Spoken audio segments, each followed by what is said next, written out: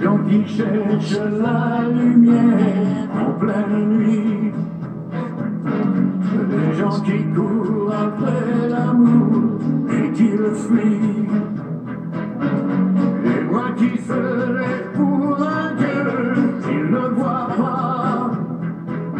Moi j'ai ta chair contre ma chair, en ça je crois.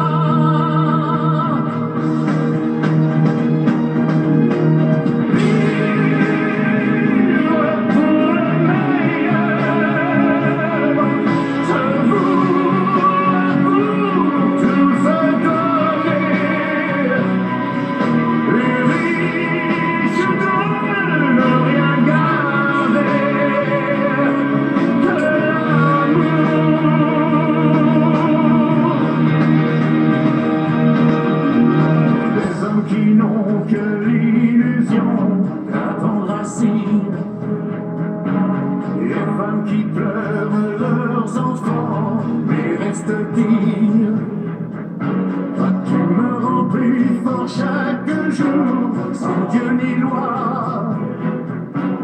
et quand nos corps se font l'amour, je sais pourquoi.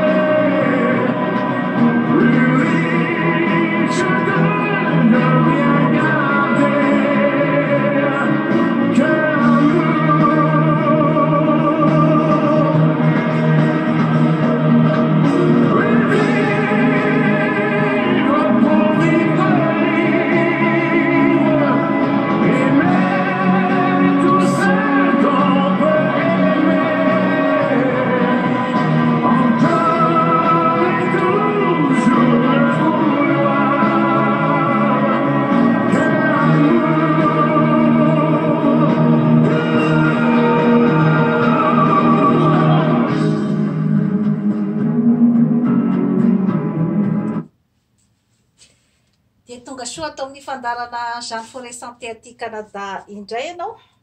Ny resadresantsika anio zany a dia momba ny vehivavy satria manomana zany tsika ny 8 mars izay fankalazana ny fetin'ny vehivavy zany. Ny resadresantsika momba ny vehivavy zany a dia ny hoe ohatraohatry ahoana zany a izany atao hoe vehivavy influente. Une femme influente, zany hoe vehivavy toteny eo amin'ny fiarahamonina zany. Ka ny toteny ny femme influente zany dia afaka kilasiana hoe influente aiza ho aiza zany no ananany an'izay hoe karazana influence izay. Moa ve ao anatin'ny fianakaviany, moa ve atao amin'ny vadiny, moa ve atao ampiasanany, moa ve eo amin'ny fiarahamonina, moa ve eo amin'ny firenena. Maromaro zany ny hoe femme influente izay hitatsika zany manatantara eran'izao tontolo izao. Vitsy dia vitsy ireo karazana vehivavy ireo kanefa dia nametraka tantara. Inona zany no abadika ireo karazam-behivavy ireo, inona no toetoetra izay ananany, zany hoe mampitovy azy izany. Misy izany an'ireny hoe ny reine Elisabeth II izay andriambavy nanjaka tao Angleterre nandritra ny 470 taona. Reny zao dia ataontsika hoe femme influente. Ry Oprah Winfrey izay hoe mpaneho hevitra zany ao États-Unis. Misy ihany koa zany ny Mère Teresa izay maty tamin'ny 91 zany taoriana kely ny Lady Diana izy zany no maty. I Lady Diana koa zany dia ao anatiny ihany koa zany ny ataontsika hoe femme influente zany raha hoe amin'ny tantaran'izao tontolo izao. Reo zany aloha no hoe lazaiko eto fa mbola misy maromaro ihany koa de misy ihany koa zany an'ilay vehivavy mainty hoditra tsy nety nitsangana izy zany tao anatin'ny autobus tamin'izany andro zany satria tamin'ny andron'ny fanavakavam-bolokoditra tao Amerika zany de tsy nahazo nipetraka zany ny mainty hoditra fa ny fotsy hoditra zany no mahazo mipetraka ao anatin'ny autobus de rehefa misy zany mainty hoditra sendra mipetraka de tokony mitsangana izy zany de ny fotsy hoditra zany no mahazo an'ilay plasy de ilay vehivavy mainty hoditra nitondra ny tantara eran'izao tontolo izao zany reraka avy niasa izy de tsy nanaiky nitsangana zany izy anome plasy an'ilay mainty hoditra dia nalefa tany am-ponja dia d'après an'izay moa zany dia nisy ny grevy izay nataon'ny vahoaka mainty hoditra zany taorinan'ny nandefasana azy tany am-ponja tsy nisy nentina deha autobus itsony ny mainty hoditra zany fa dia nandeha tongotra zany mandra-pivoakany tao amin'ny fonja izany nametraka tantara goavana de goavana izany vehivavy izany satria taorinan'izay zany dia tsy nisy itsony zany ilay hoe tsy maintsy mitsangana ny mainty hoditra manome plasy zany ny fotsy hoditra fa samy mahazo mipetraka daholo izany na mainty hoditra na fotsy hoditra ireo karazam-behivavy ireo zany no hoe inona ny toetoetra izay ananany zany hoe olona manova tantara zany aloha izy rehetra ireo ary manana ihany koa zany an'ilay toetra izay ataontsika hoe zany hoe vehivavy déterminé zany hoe rehefa tapa-kevitra izy zany ny hoe anao zavatra iray dia manapa-kevitra izy tsy miandry ny hevitra rakoto na ny hevitra be na rasoa iteny azy hoe zao ny zavatra ataovy fa dia hevitra avy any aminy zany no anovany ny fiainan'ny zanak'olombelona sy ny tantara eran'izao tontolo izao ireo karazam-behivavy ireo koa zany dia vehivavy izay mahatoky tena mahatoky izy zany ny fanapahan-kevitra izay raisiny ary tsy matao masomena ary tsy matahotra hoe karazana kritika na ny hoe ny vavan'olona hoe raha ohatra zao ka mandray an'ity fanapahan-kevitra ity de inona zany no mety ho fietefan'izay fanapahan-kevitra izay zany amin'ny tsy fitiavan'ny olona hafa matetika zany ireo karazam-behivavy ireo dia manapa-kevitra izy manao zavatra iray mba anasoavana zany ny olona manodidina azy anasoavany ny tantarany fireneny anasoavany ny tantarany zanak'olombelona isan'ny toetetran'ireo karazam-behivavy ireo koa zany dia ilay vehivavy izay tsy dia manana loatra an'ilay hoe karazana toetoetran'ny vehivavy zany amin'ny hoe fitsikerana be fahatany zany ny vehivavy izay tsy mitovitovy fiainana aminy na ohatr'izay zany fa manana tanjona zany ireo karazan'olona ireo zany hoe tsy de tena mijery loatra izy zany hoe ahoana moa zany ny fiainan-drasoa ato ny fiainan-drabosy tsy de tena ilay hoe manangona tantaran'olona zany fa hoe manana zany ny foto-kevitra ijoroany zany ireo karazana vehivavy atao hoe femme influente ireo izany ny femme influente zany de misy ihany koa ny hoe ny vondrombondrona olona manodidina azy zany ka ny olona manodidina ihany no mahatsapan'izay hoe miaino ve izy sa tsy miaino ny zavatra tenenin'ny vehivavy iray satria io zany de mety hoe misy karazana vehivavy zany a hoe mandritry ny fotoana maro izy zany satria misy ihany koa zany ny ataontsika hoe karazana pouvoir ambadiky ny hoe influence io manana influence izy ohatra zao ao amin'ny fiarahamonina iray ohatra de miaino azy daholy ny olona rehetrarehetra ao amin'ny fiarahamonina iray zany de manana pouvoir izy izany hoe izay zavatra lazainy zany a dia enoiny olona ary fatany koa zany a izay influence izay mety maharitra nefa izay a nefa mety tsy haharitra ihany koa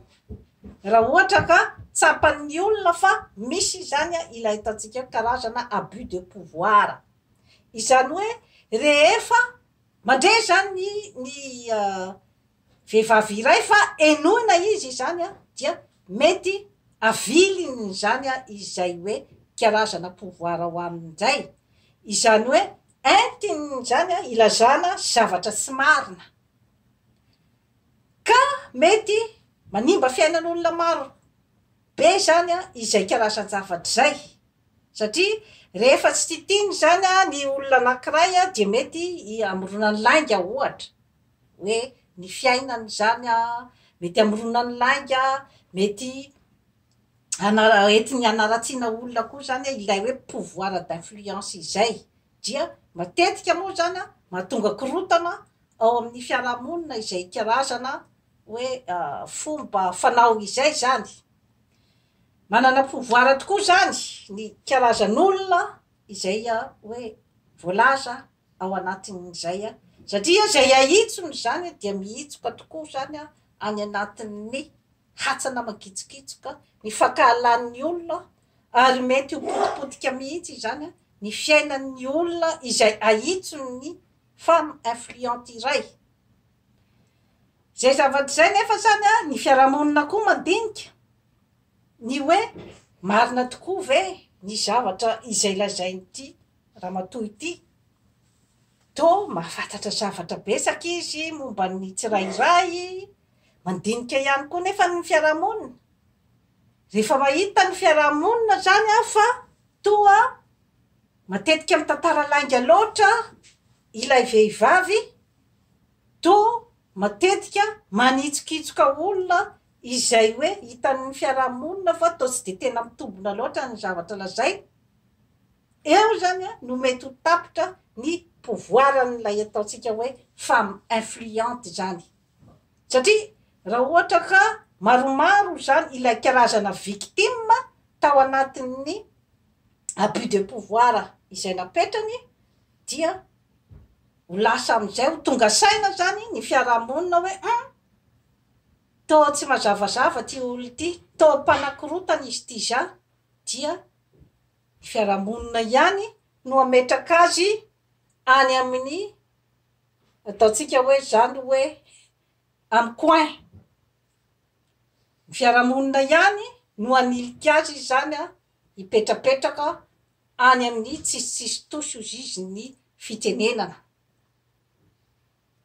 raha ohatra kosa nefa vehivavy iray izay hoe tsapan'ny fiarahamonina fa to marimarina daholy ny zavatra izay lazainy mety vehivavy efa avy naratsiana tao amin'ny fiarahamonina zany mety vehivavy efa avy namoronana an'ity karazana tantara rehetra ty kanefa tsapan'ny fiarahamonina fa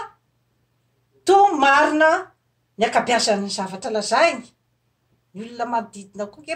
mandinika toa misy zavatra entiny ity vehivavy ity to misy fiovana entiny ty vehivavy ity to misy fotokevitra entiny tiany apetraka zany a amin'ny fiarahamonina tiany apetraka amin'ny taranaka faramandimby eo zany a ny olona no manomboka mandinika azy de izay a no mahatonga an'ilay hoe misy zany a vehivavy izay hoe mametraka tantara mihitsy izy zany a teo amin'ny fiarahamonina ary dia voapirofo izany a ilay tantara napetrany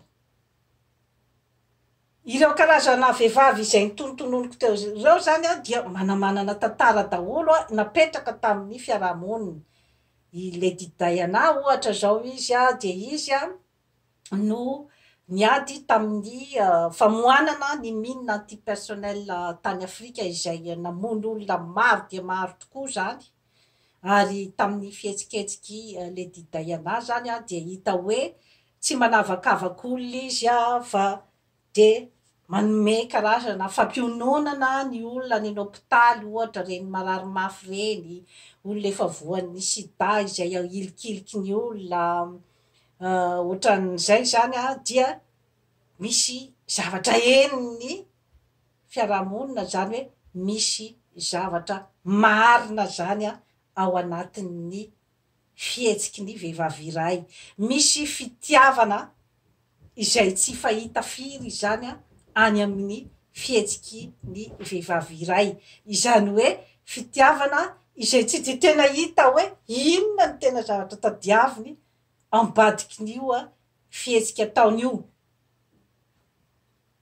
Ohatran'izany ohatra zao a hoe inona ny mahatonga andry Oprah Winfrey hoe manjary femme influente izy zany a satria rehefa nidinihana ny zavatra zay teneniny dia toa marina daholo. Milaza izy ny hoe mampisokatra ny masony mainty hoditra izy zany a miteny hoe hatramin'izao aloha de mbola tsy fantatro izy ny fanafody contre ny fanavakavaham-bolokoditra fa ny zavatra ampitaiko amintsika mainty hoditra zany de ny hoe miezaha amin'ny fiainana, miezaha amin'ny zavatra rehetra izay ataonao fa any a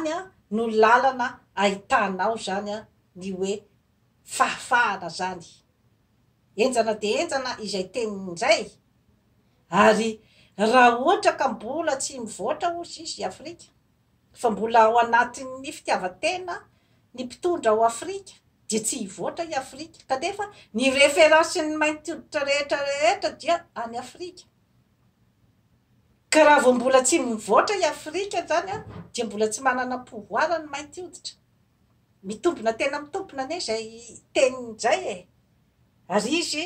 tsy ananganady amin'ny resaka hoe fanavakavaha-bolokoditra na ohatran'izay fa manentana zany no ataony. Ary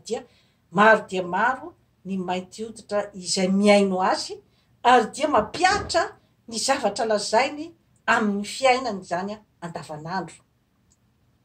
Tsisy afan'izany koa ry Mère Teresa dia izy zany no mikarakara an'ireo hoe zaza tsisy mpiay, zaza kambody tao Inde zany a, de izany ramatoa zany a raha ny témoignagen'ny olona rehetra mahita azy dia tsy vehivavy de rehefa hitanao miresaka aminao de hoe vehivavy tena cool mihitsy izy zany raha ny filazan'ny na le chef d'état miresaka amin'ireny na ny vedety miresaka amin'ireny, ohatrin'ny olona tsotra tsy misy hoe anavakavaka hoe za zao ianao mpanota be de za tsy hiresaka aminao na de hikritika an'ity karazan'olona rehetra ity amin'ny resaka fahotana fa de olona izay hoe miresaka tsara amin'ny olona rehetra ary dia mbako manana koa ny fomba filazany hoe zao izy sy miady ny terme miady ozy izy aloha de tsy ao anatin'ny tarigetrako zany, ohatra hoe andeha hiady amin'ny tsy fanjarian-tsakafo ohatra zao, ohatra miady amin'ny fahatrana fa ny promouvoir ozy izy zany ny zavatra atao mba tsy ahatongavana amin'izay hoe fahatrana zay, de ny fiahina ny vahoaka zany manome ny sosialim-bahoaka mba ho sahala amin'ny olombelona rehetra ny vahoaka izay tantanina ozy izy. Izay no zavatra tokony atao, mipromouvoir ny sosialim-bahoaka fa tsy hoe miady amin'ny fahatrana. enjana de enjana izay hoe karazana teorian'ny Mère Teresa izay ary de hitanao amin'ny fombafomba fiainany zany a izay hoe karazan-javatra izay.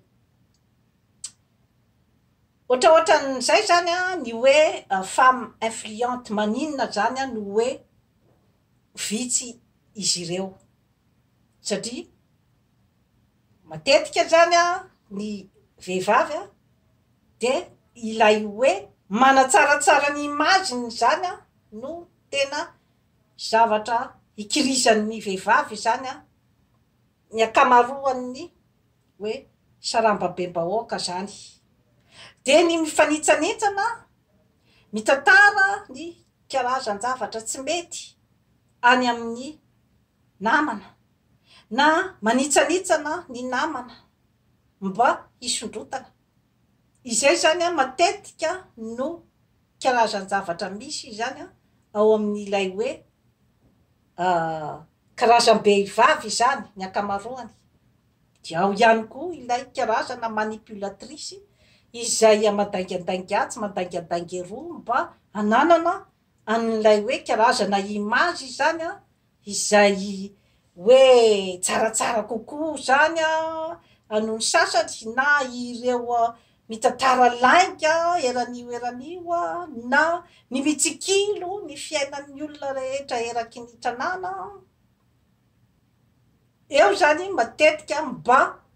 ahatsaratsara izany ny ambiansy ao amin'ny groupe iray mba akasitrahan'ny groupe iray. Fa ireo vehivavy hoe influente ireo zany a matoa hoe ireo zany a no hitantaratra tamin'ny fiainan'izao tontolo izao dia hita tokoa fa nisy zavatra nentiny zany a ny fombafombany zany a sy ny tarigetany afaka manova zavatra ny vehivavy raha ohatra ka tapa-kevitra afaka mampandroso firenena ny vehivavy raha ohatra ka tena tapa-kevitra. Misy ny fitenenana hoe ce que femme veut Dieu le veut. Ary ireo karazana vehivavy influente ireo zany a dia manana an'izay hoe karazana énergie tsara avy any amin'izay a izay anaovan'ny olona témoignage zany a hoe cool ary tsy mba misy zavatra manahirakirana izany, tsy misy teny manahirakirana zany a amin'ireo karazam-behivavy ireo rehefa miresaka aminy sy mifanerasera aminy. Zay zany a zavatra dégagena any amin'ny vehivavy iray a izay a no mahatonga ny hoe vehivavy influente ary hoe vehivavy influente amin'ny fotoana maharitra ary misy vokatra nentiny satria mety misy ny influente amin'ny fotoana fohy fa rehefa hitan'ny manodidina fa ay laingalainga daholo ay manipulation ay entina fotsiny zany a amirapiratana eo amin'ny manodidina dia ny manodidina ihany a no afantatra an'izay. De toy izay no azona tolotra anao anio manaova abonnement amin'ny Jeanne Forêt Santé aty Canada fa hanatsara ny fiainanao ary dia miraso ho an'ny vehivavy rehetra. Veloma tompoko.